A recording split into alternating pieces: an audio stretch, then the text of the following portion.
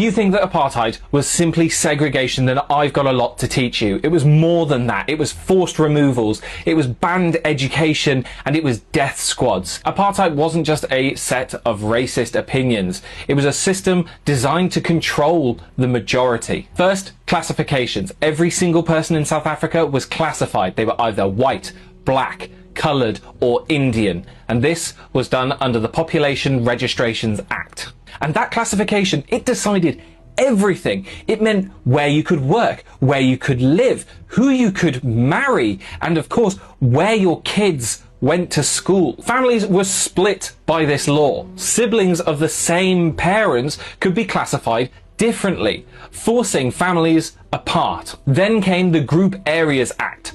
Black and coloured people could be forcibly removed from their homes with a simple notice. Whole communities like District 6 and Sophiatown were bulldozed, and hundreds of thousands of people were forcibly relocated to townships or so-called homelands. These underdeveloped, overcrowded zones where poverty was the point, not the exception. And you couldn't even move freely in your own country. Every single black person over the age of 16 had to carry a passbook, a humiliating ID that was stamped by the police and your employer. Walk into a white city without it, you're arrested.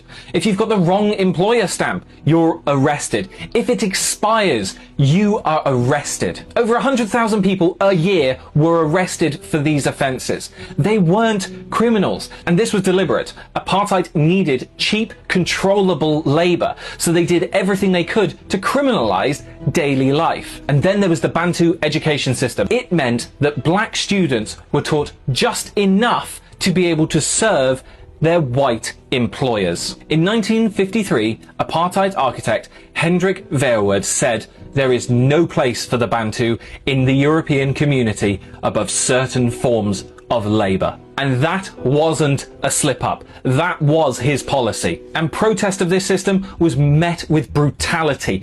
In 1960, in Sharpeville, 69 people were shot by police, many of them in the back. In Soweto in 1976, a group of school children protesting Afrikaans in classrooms were gunned down in broad daylight. By the 1980s, apartheid had evolved into a security state. Detention without trial, torture camps, censorship, assassinations. Government death squads like Vlakplaas hunted down anti-apartheid protesters and key members and killed them. Apartheid was not separate but equal. It was a full system of racial domination enforced with paperwork, police, and fear.